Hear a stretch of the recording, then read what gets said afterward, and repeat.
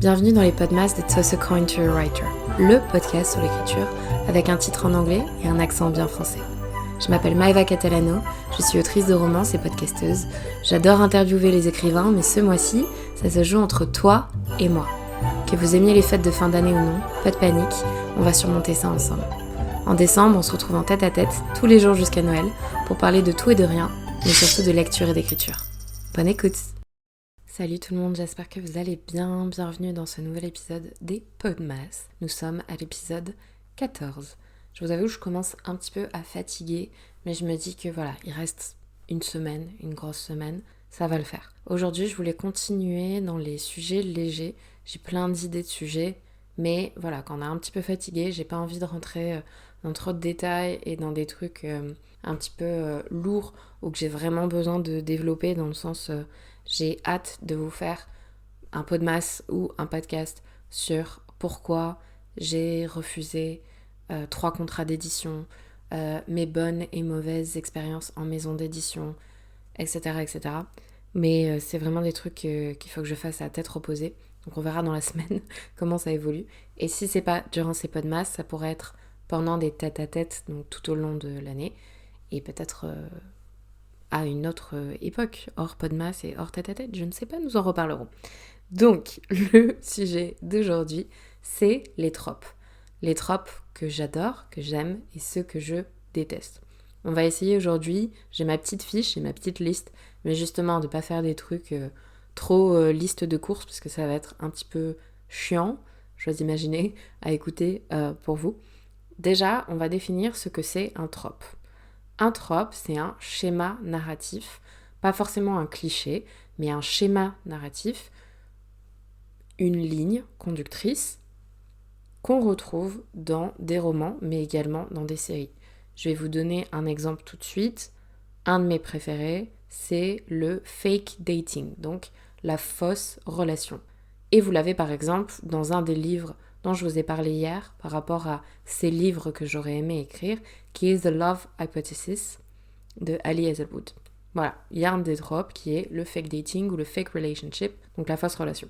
Aujourd'hui, on va se concentrer, franchement, il existe des centaines et des centaines de tropes, donc déjà, j'aimerais que vous fassiez une petite liste avec moi, soit vous la postez en commentaire sur le post de Toss a Coin to a Writer sur Instagram, ou alors vous me l'envoyez en DM, mais je serais super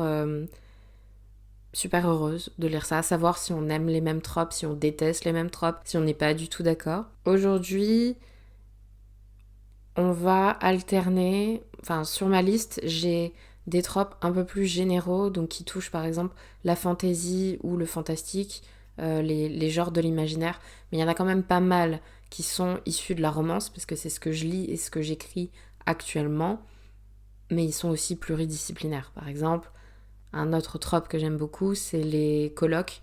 Bon, vous pouvez très bien être coloc avec un loup-garou, je ne juge pas. Donc voilà, vous avez compris le truc. Et il y aura sans doute une petite parenthèse avec le entre-deux. C'est-à-dire que c'est pas des tropes, des schémas que je porte dans mon cœur, mais je les déteste pas forcément. Donc en gros, si vous avez des recommandations, surprenez-moi. C'est toujours mieux de commencer par le mauvais. Donc, on va débuter avec les tropes que je déteste. Encore une fois, disclaimer, ça n'engage que moi. Est-ce que ça veut dire que ce sont des mauvais tropes ? Non, juste que je ne les aime pas. Si je n'aime pas, par exemple, le thé à l'orange, c'est mon choix. Ça ne veut pas dire que le thé à l'orange est mauvais, c'est juste que moi, il ne me plaît pas. D'accord ? Très bien. Les tropes que je déteste. Fantasy, imaginaire, romance, tout confondu. D'accord ? Il y a le trope du chosen one, donc l'élu, qui était très à la mode et qui est un petit peu difficile quand même à éviter quand on est dans l'imaginaire. Exemple type, Percy Jackson, Harry Potter, d'accord ? Parfois c'est super bien fait, comme les exemples que je viens de vous citer, mais c'est un petit peu chiant quand c'est juste, et on l'a tous fait, hein, je suis également coupable dans mes premiers écrits. L'héroïne ou le héros qui est vraiment l'orphelin type, il n'y a pas de parents, vraiment il a une vie de merde. Et un jour, prophétie. Prophétie, c'est aussi un truc que je déteste, mais on va revenir dessus, ça dépend quel type de prophétie. Tout lui tombe dessus, et en fait, c'est vraiment voilà, le roi du monde, finalement il a de l'argent caché, c'est le fils d'un dieu, il a tous les pouvoirs possibles imaginables, tout s'explique, et c'est pour ça qu'il a plein de problèmes. Ça arrive souvent, et en même temps dans l'imaginaire, on va pas suivre le fils du palefrenier si c'est pas son histoire, je suis bien d'accord. Mais il y a des façons de le faire. Donc ça a tendance à être vite vu et revu. Un trope que je n'aime pas, c'est le trope de la seconde chance, ou les ex to lovers, donc de ex à ami à amant, ou juste, seconde chance. Pour moi, en romance, actuellement, encore une fois, peut-être qu'un jour je vais tomber sur un livre qui va particulièrement me plaire et je vais changer d'avis. Pour moi, en romance, j'adore voir la rencontre. Et ça me gêne si les personnages se connaissent déjà, parce que j'ai l'impression d'avoir loupé tout un pan de leur histoire. Peut-être qu'effectivement, s'il s'est passé 20 ans, mais ça, c'est un autre trope qui me fait beaucoup de mal. Et qui me fait un peu peur, genre je me sens pas à l'aise quand je le lis. C'est justement quand il y a trop de temps perdu. Les tropes un peu actes manqués, voués à être ensemble à la fin, mais ils perdent énormément de temps. Vous voyez les films du style Love, Rosie, La La Land, il y a peut-être d'autres exemples qui vont venir. C'est des films magnifiques, mais c'est des films qui m'angoissent. Littéralement, ça me donne de l'anxiété, ça me donne une boule au ventre. Donc ce type de trope, je peux pas. Et le ex to lovers, pareil, je pense aux actes manqués, à tout ce temps perdu. Ok, c'est bien, ils se retrouvent, mais... Et normalement, ils se séparent pas pour rien, donc c'est toujours un petit peu bizarre, et voilà. Peut-être qu'un jour, je changerai d'avis. Si vous avez des recos, je suis preneuse. Un autre trope que je déteste, j'ai un problème avec la parentalité dans les livres. Donc par exemple, l'héroïne enceinte, surtout le bébé surprise, donc ça arrive en plein milieu du roman, elle n'était pas au courant. Surtout quand tu sais pas que ce trope est dans un bouquin, ça m'énerve, ça me donne envie de le jeter à l'autre bout de la pièce. Le bébé surprise aussi, dans le sens où il y a un des parents qui est au courant, mais pas l'autre. Bon, logiquement, c'est le père qui est pas au courant, parce que la mère, ça risque d'être un petit peu plus compliqué, mais du coup, quelques années plus tard, le personnage, le héros, ou peu importe, apprend qu'il a une fille ou un fils caché, un enfant caché, et ça me saoule. Le bébé secret. Le parent solo, parce que c'est très souvent, encore une fois, faites-moi changer d'avis, hein. Mais c'est très souvent le mélodramatique en mode l'autre parent il est décédé dans d'atroces souffrances ou de manière complètement horrible, que ce soit un meurtre, une maladie, etc. Et il y a vraiment l'image qui plane autour d'eux. Ça, c'est surtout en romance. Dans le côté fantasy, science-fiction, imaginaire, bon, pas pour de la romance, mais j'adore par exemple le trope pourquoi je parle déjà des tropes que j'adore ? Non. Je brûle les étapes. On reviendra dessus après. Un autre trope que je déteste, c'est les boss employés. Par exemple, tout ce qui se passe dans un environnement de travail, moi ça me plaît pas trop. Ça c'est le entre-deux, mais vraiment le boss employé, parce que 99% du temps, c'est un ultra PDG millionnaire et une petite secrétaire qui vient d'arriver. Il y a une différence de statut social, de pouvoir, d'âge, etc., etc. Et ça a tendance à me déranger. Le faux vilain. Juste le vilain qui est... donc le méchant de l'histoire, l'antagoniste, qui est méchant pour être méchant. Non, donne-moi une raison. Et en plus de ça, je veux pas de rédemption, ou alors s'il y a une rédemption, il va falloir que ça se fasse sur plusieurs tomes, avec une vraie explication. Faut pas que ça soit juste le méchant qui soit tombé amoureux de l'héroïne, parce que 99% du temps, c'est dans ce sens-là. Ou si c'est le cas, alors montre-moi que t'es méchant, brûle le monde pour l'héroïne. Mais ne viens pas gentil comme ça. Bref. Un autre trope, le traître. Le plus souvent, c'est le ou la meilleure amie. Surtout dans l'imaginaire, ça fait mal. Ça fait vraiment mal. Après, j'aime bien les friends to enemies to lovers ou friends to enemies to friends. Vous voyez le côté un petit peu Naruto Sasuke ? Ok, ça... Mais le côté juste traître pour être traître, en mode le meilleur ami finalement, il était de mèche avec, ou il était amant avec l'antagoniste, ou c'est le fils ou la fille du vrai antagoniste. Non, c'est bon, ça fait 15 ans qu'on a grandi ensemble, tu vas pas me dire que j'aurais pas décelé que t'étais un méchant également, ou toi tu t'es pas attaché en 15 ans, trop de temps perdu. La prophétie, mais la prophétie de cette manière exacte. Le héros ou l'héroïne qui meurt à la fin. Ça a été fait, la première fois c'est surprenant, waouh, ok, non, pourquoi on pleure, maintenant c'est juste chiant, tout le monde fait ça, ou la fausse mort. Non, si tu es le héros et que visiblement t'es l'élu, t'as tous les pouvoirs du monde, t'es super cheaté, t'as jamais eu besoin d'aller à ton école de magie ou d'apprendre à être chevalier ou que sais-je, et tu bats enfin l'antagoniste, t'as pas besoin de te sacrifier à la fin. Il peut avoir un sacrifice horrible, et je le comprends pour le lecteur parce que y a des enjeux. Mais à ce compte-là, je sais pas, finis ta quête et tu voulais à tout prix sauver ton meilleur ami ou un de tes parents et tu réussis pas, et c'est ça ton sacrifice. Sauver la planète, mais du coup tu peux pas sauver les personnes que t'aimes. Il y a d'autres façons que juste je vais mourir et sauver tout le monde. Non, non, voilà. Un autre trope, plutôt romance, même s'il peut en avoir dans la fantaisie et l'imaginaire, le triangle amoureux. Pareil, c'est juste parce que c'est vu et revu. Twilight, j'ai adoré. En fait, mon problème avec les triangles amoureux, c'est que je choisis à chaque fois le personnage qui ne sera pas l'amoureux de fin. Dans Twilight, j'étais Team Jacob. Dans Vampire Diaries, bon, ça après était autre chose parce que les livres et séries, c'est pas pareil, mais j'étais Team Damon. Aujourd'hui, encore une fois, ça serait peut-être différent. C'était quoi ? Dans The Ice Queen, je crois, de Julie Kagawa, donc c'était le début des modes des fae, là, des fées. J'étais Team Puck, j'étais pas du tout Team Ash, etc., etc., vous m'avez comprise. Donc en fait, ça me saoule de voir une relation quelque part et qui n'a pas lieu d'être, qui n'arrivera jamais. Les tropes demi-frère, demi-sœur, pas de sang, recomposé, mais il y a toujours un thème un petit peu incestueux, c'est toujours moi je peux pas, non. Et puis vos parents viennent se marier, c'est bon. Le pari qui est souvent du coup en romance, mais pas forcément, mais là surtout dans ce sens-là, encore une fois c'est souvent le héros, parfait connard.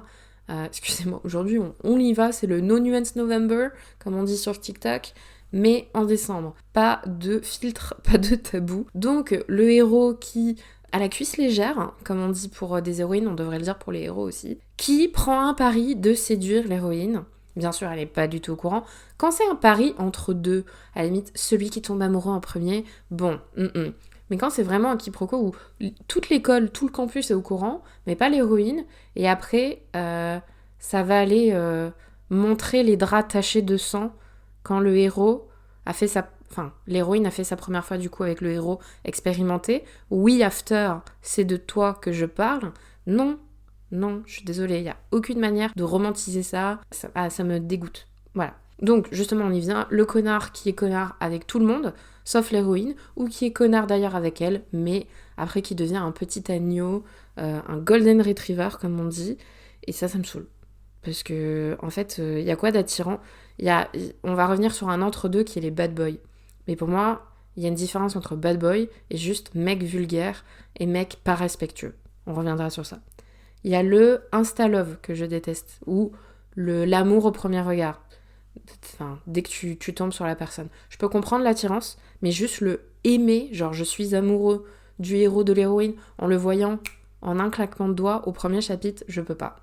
Je suis team slow burn, je suis team ils s'embrassent au 30e épisode, ou plutôt chapitre, ou en tout cas, ça prend du temps, ils apprennent à se connaître, et c'est pas juste des étrangers. Même si il peut avoir quelque chose de charnel avant, mais les sentiments, c'est autre chose. Tout ce qui est mafia, millionnaire du coup, milliardaire, etc. Encore une fois, moi je suis pas de dark romance. Actuellement, c'est pas ce qui me fait kiffer, peut-être qu'un jour j'en lirai. Je pense que j'ai passé ma phase quand j'étais plus jeune, fanfiction.net, Tumblr, Wattpad et compagnie, où je lisais beaucoup de ça, où il y avait beaucoup de romantisation de certains sujets et de certains comportements. Et voilà, romantisation de vraies choses qui arrivent dans la vraie vie, comme la mafia, qui ça fait du mal aux gens, les cartels et compagnie. Moi, c'est vraiment pas un truc qui me fait kiffer. Autre chose que je n'aime pas, l'amnésie. Parce que plus souvent, ça me... Ouais, je sais pas. Enfin, encore une fois, ça va avec le temps perdu. Ils perdent du temps. Surtout qu'il y a toujours des quiproquos. En plus, je dis ça, mais je l'ai fait dans un de mes romans. Passons. Mais il y a le temps perdu qui est rageant et frustrant parce que le héros ou l'héroïne ne reconnaît pas l'autre héros ou héroïne, et l'autre ne va rien lui dire pour X raisons. Soit il y est forcé ou pas, ou il décide de laisser le choix, mais juste dis qui tu es. T'es pas obligé de balancer toute ta relation, mais un minimum, quoi. La personne en face de toi n'a pas les pièces du puzzle. Ça m'énerve. Alors là, j'ai écrit Rich Poop. Donc je ne sais pas ce que j'ai voulu écrire. mais c'était pas ça. Quelque chose de riche, peut-être, quand il y a des... Ah, riche pauvre, c'est ce que j'ai voulu dire, je pense. J'ai écrit poupe, hein. C'est un peu compliqué quand même. Oui, quand il y a... J'aime bien ce qu'on appelle le rag to riches, donc comme Cendrillon, mais c'est vrai que ça a tendance à être toujours la fille pauvre et le mec riche. Pourtant, j'aimais bien un peu comme dans Gossip Girl avec Dan, par exemple. Donc je sais pas, je pense qu'il faut juste que ça soit bien fait, mais encore une fois, c'est vu et revu. Les tropes sont pas forcément des clichés, les clichés sont pas forcément des tropes. Il y a des choses que j'ai aimées par le passé, aujourd'hui je peux pas me les blairer, et peut-être que ça reviendra. Et un des derniers trucs que je n'aime pas du tout, c'est le alpha male. Donc le mâle alpha. On en a énormément dans la fantasy avec les côtés loup-garou et tout, mais malheureusement on en a aussi en romance contemporaine. Voilà, les hommes de Cro-Magnon. J'ai aucun problème, au contraire, enfin, c'est un peu mon red flag de lectrice et d'autrice parfois. Le héros qui peut être un peu jaloux, un peu possessif, un peu envieux, un peu drama queen, j'aime bien. Le côté protecteur, etc. Dans la vraie vie, ça me ferait pas kiffer, mais je peux voir. Par contre, juste le alpha male homme de Cro-Magnon en mode tu es à moi, tu m'appartiens, nous avons fait des choses ensemble, tu es donc mienne. Bah, on n'est pas au Moyen-Âge. Et encore au Moyen-Âge, je pense qu'ils étaient peut-être encore plus développés que ça. Donc, nous arrivons aux entre-deux. Ces tropes dans lesquels je suis pas tout à fait sûre. Actuellement, je les trouve quand même plus chiants que bien, mais je peux me laisser avoir, je peux me laisser tenter. Encore une fois, si vous avez des recos, pourquoi pas. Le best friends ou juste le friends to lovers, donc de amis à amants, amis à amoureux. Avant, je détestais ce trope, mais je détestais ce trope, réellement, parce que je pense que j'ai été traumatisée dans la vie en général. Vous savez, quand vous commencez à être vraiment amis avec le genre opposé, et en fait, vous vous rendez compte qu'ils attendent qu'une chose. Ou le jour où vous êtes célibataire, bah d'un coup, ils sont vraiment intéressés par d'autres types de sorties. Et que tu te rends compte que ça fait des années que la personne, elle te voyait pas du tout de la même manière. Et tu te sens un petit peu trahi. Donc voilà, ce type de romance, pas mon truc. Après, je peux comprendre l'attente, mais c'est vraiment le best friend. Genre, si t'es vraiment depuis la nuit des temps, genre depuis ton enfance, puis je pense que j'aurais... Enfin, c'est les interrogations des personnages, mais la peur de rater la relation. Et le plus souvent, c'est des romances qui vont s'étaler sur plusieurs tomes, pas toujours, mais... et qui vont se faire beaucoup de mal, parce que... Justement, il y a des trahisons, ils se voient, ils sont amoureux l'un et l'autre, mais il y a vraiment ce côté, je peux pas lui dire parce que machin. Du coup, ils se voient tous les deux évoluer avec d'autres personnes et ils se disent rien ou ils bousillent les relations des uns des autres. Enfin, ça peut être grave toxique. Mais, par contre, j'aime beaucoup les rival ou enemies to friends to lovers. Donc vraiment qu'il y a un passage très long, très slow burn de ennemis, rivaux, peu importe, étrangers, à amis, à amants, ou alors justement amis à étrangers à amants, enfin qui est vraiment un grand laps de temps. Voilà. Le age gap, c'est aussi un entre-deux pour moi, donc la différence d'âge, ça peut être très bien fait comme très mal fait. Les deux me vont, que ce soit donc homme ou femme plus vieux par rapport au héros, l'héroïne. C'est juste que le plus souvent, c'est toujours le même schéma, l'homme plus vieux, et avec une différence d'âge pas très saine, et quand ça frôle avec la majorité, pas vraiment la majorité, ça me... je peux pas. Le bad boy, revenons sur le bad boy. Voilà, encore une fois, un bad boy, ou le méchant garçon, comme on dit en français, il n'est pas obligé d'être vulgaire, c'est pas obligé d'être un queutard, excusez-moi, c'est pas obligé d'être un je m'en foutiste, c'est pas parce que t'es torturé que t'es obligé de tomber dans des addictions, que ce soit l'alcool, la drogue, etc., de juger l'héroïne ou les autres personnages qui sont pas comme ça, d'être dans l'ultra-violence, que ce soit verbal, physique, etc. Il y a plein de façons. Enfin, voilà, ça c'était les films des années 2000-2010 américains. Il y a plein de façons.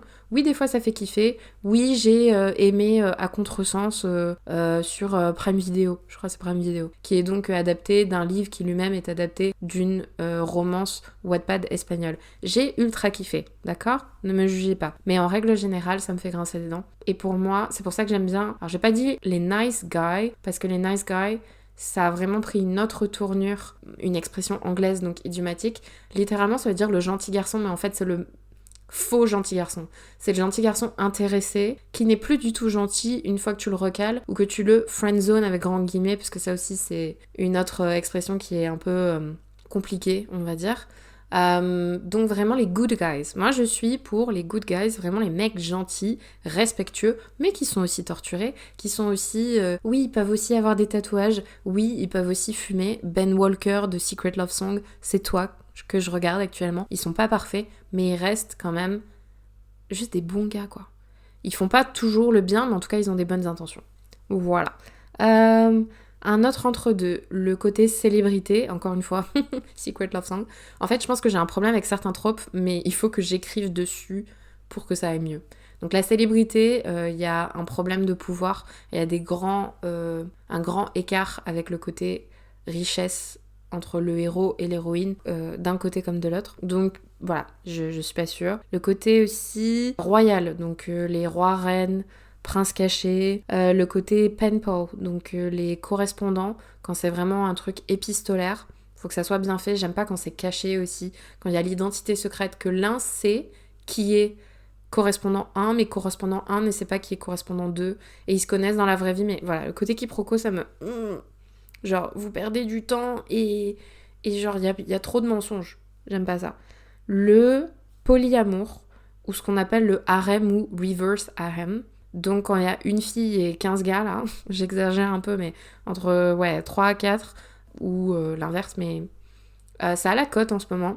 Je suis curieuse, mais j'ai peur que ça parte dans les trucs un peu trop sexistes. Rien que les titres, déjà, un peu le trope du harem ou reverse harem, je sais pas. Le côté alien aussi, je sais que, je crois que c'est les Ice Barbarians, les barbares de glace qui ont la cote en ce moment. Il y a une série comme ça. Je suis perplexe. Je dis pas non contre les aliens, je dis pas non contre les romances monstres, donc tout ce qui est métamorphe, les réécritures, un petit peu Belle et la Bête et compagnie. Pourquoi pas? Je suis perplexe, mais si vous avez des recos, pourquoi pas. Et le dernier entre deux pour moi, c'est l'héroïne inexpérimentée ou vierge, et le gars ultra expérimenté. Parce que c'est souvent la même chose, et c'est souvent, il y a beaucoup de biais, et c'est chiant. Tout comme l'héroïne, donc qu'elle soit expérimentée ou pas. Et la première scène d'amour, je vais vous faire un épisode sur les scènes d'amour, ou les scènes spicy, ou les scènes de sexe, comme vous voulez. Que ce soit un podmas ou un autre moment, parce qu'il faut qu'on parle de ça. Mais voilà, j'ai un peu de mal, parce que c'est toujours dans le même sens. C'est toujours le gars qui a eu 400 000 aventures, il s'est fait tout le campus. Et bon, tout le monde est consentant, il n'y a aucun problème. Mais par contre, l'héroïne, elle a fait un bisou. Et par contre, si elle va pour aller avec une autre personne, c'est la fin du monde. Maintenant, il fait 23 minutes, let's go.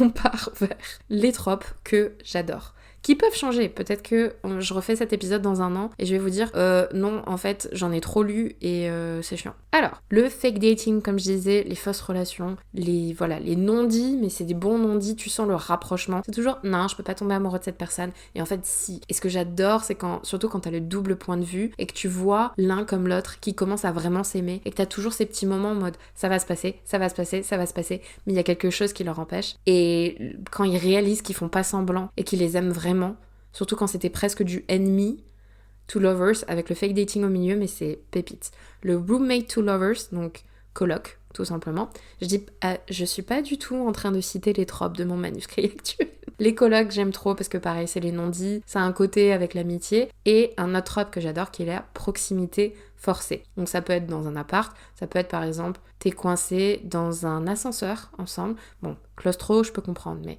où tu dois passer la nuit dans une auberge et t'es obligé d'être dans la même chambre. Et boum, autre trope, le one bed, donc un seul lit. Voilà, tout ça, ça se lit et j'adore. Le Enemies to Lovers, je ne vais pas vous le présenter parce que Ennemi et Amant, c'est aussi un de mes grands favoris qui est quand même assez connu. Le Found Family, donc la famille qu'on trouve, la famille qu'on choisit. Ça, c'est un de mes tropes préférés ever, que ce soit en romance ou en fantasy. Et particulièrement, en ce moment, je le vois beaucoup en série, hashtag Pedro Pascal, quand c'est un parent de substitution, un parent adoptif, ou Anne with an E, dernièrement, quand c'est des parents qui n'ont pas eu d'enfant ou qui ont perdu un enfant et qui se retrouvent à devoir s'occuper d'un enfant ou d'un adolescent et ils se lient d'amitié et ils ont une relation de famille et de parents et de parents-enfants quoi, et c'est tellement beau, je pleure à chaque fois, je trouve ça trop beau. Et même voilà les amis qui deviennent la famille, où il y a des dynamiques qui ne sont même plus amicales mais qui sont fraternelles, c'est un des plus beaux tropes. Alors, si j'aime pas beaucoup le best friend to lovers, en tout cas je suis perplexe, j'adore le du coup brother ou sister best friends, en gros le frère ou la sœur du meilleur ami ou de la meilleure amie. C'est souvent le grand frère ou la grande sœur, on va pas se mentir, mais parfois il y a petit frère, petite sœur, et je trouve que c'est trop kiffant. Parce que c'est le côté, j'ai déjà vu cette personne pendant longtemps, mais je suis pas amie avec elle, donc, et il y a l'interdit, et il y a le côté, ça n'implique pas que moi, parce que ça implique la famille et ça implique une personne que j'aime plus au monde. Donc si ça ne va pas avec ce grand frère ou cette grande sœur, ou ce frère, sœur, petit, peu importe, ça peut impacter ma relation avec mon ou ma meilleure amie. Et ça, je surkiffe. Le slow burn, vous l'avez compris, donc vraiment les romances qui prennent leur temps. Et je dis pas du tout ça pour vous préparer à mes prochaines romances. Plus j'en écris, plus elles sont slow burn. Un jour, ils vont s'embrasser au 40e chapitre et vous allez rien comprendre. Mais voilà, j'aime vraiment que les sentiments prennent la place avant le côté charnel. Un autre trope que j'adore, il y en a deux, je pense, pour terminer, et ça sera pas mal. Il y a le côté badass, surtout en imaginaire, le côté un peu princesse badass, qui est à l'extrême de la demoiselle en détresse. Alors je peux pas dire l'héroïne ou le personnage féminin qui n'a pas de sentiments, qui est vraiment mercenaire, etc. Parce qu'on l'a beaucoup vu et on a tendance à dire qu'une héroïne badass, une héroïne forte, c'est vraiment une grande combattante. Non, tu peux aussi pleurer et tu peux aussi avoir des sentiments et au contraire vouloir te battre pour les personnes que tu aimes ou ton royaume ou peu importe. Mais juste, ce qui me fait kiffer, en imaginaire ça se voit souvent, donc c'est heureusement et malheureusement, surtout malheureusement, parce que ça veut dire qu'on a des biais encore aujourd'hui, mais vraiment l'héroïne ou le personnage qu'on va sous-estimer, parce que c'est une fille, etc. Vraiment type Arya dans Game of Thrones. Vous voyez l'évolution ? Ou alors Elana, tout simplement, du Pacte des Marchands.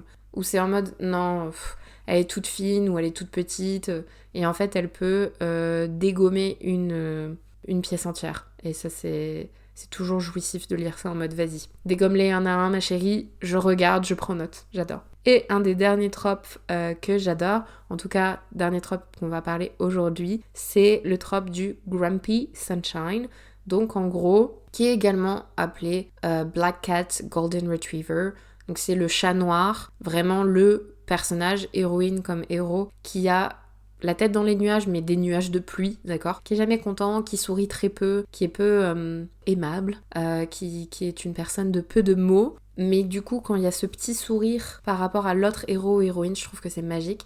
Et au contraire, on a donc le Golden Retriever, le Sunshine. On dit aussi Moon et Sun, ou la lune et le soleil. Vous voyez vraiment l'ambivalence austère et super lumineuse. Et donc, un personnage qui est comme un retriever, quoi, un labrador, en mode super joyeux, qui va porter des couleurs beaucoup plus fun, qui est ami avec tout le monde. Quand les deux se lient d'amitié, il y a beaucoup de tendresse, d'amitié ou d'ailleurs d'amour. Il y a beaucoup de tendresse et il y a beaucoup de conversations super deep, super profondes, et j'aime beaucoup. J'aime beaucoup également les juste Sunshine ou Black Cat, donc quand il y a les deux archétypes d'un côté ou de l'autre, mais voilà, le mix des deux, j'adore. Et ça viendra dans une de mes prochaines romances. Je commence à vous parler de PIC.